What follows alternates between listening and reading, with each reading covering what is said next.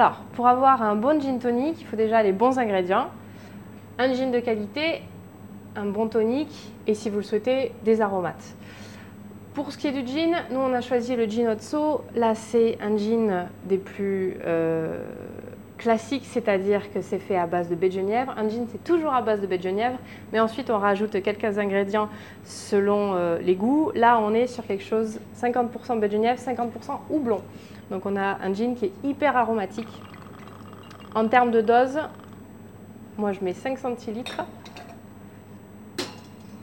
Ensuite, le tonic, ici on est sur Fever Tree. Fever Tree, l'intérêt de travailler avec ce tonic-là, c'est un tonic qui est vraiment très peu sucré et qui est à base de quinine naturelle. Donc on a une amertume naturelle. Voilà.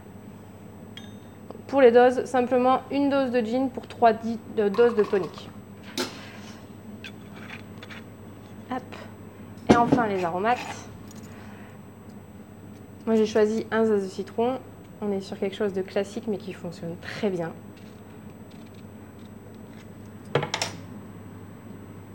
On exprime le zeste sur le verre.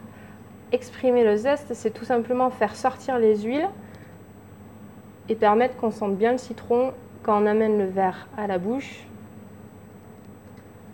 Hop. Un petit peu de basilic. Basilic, comme tous les aromates, on le frappe légèrement avant de le mettre dans le verre. Pourquoi? Simplement pour que ça explose la fibre et que ça permette à l'herbe de bien s'exprimer également. On remue le tout, on mélange.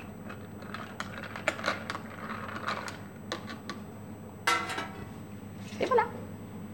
Les glaçons ici, je vous conseille d'en mettre quand même une bonne quantité. Si vous avez la possibilité, même si ce n'est pas toujours très facile de les trouver, ce sont des glaçons pleins, ce sont des glaçons denses, donc ce sont des glaçons qui se diluent beaucoup plus lentement.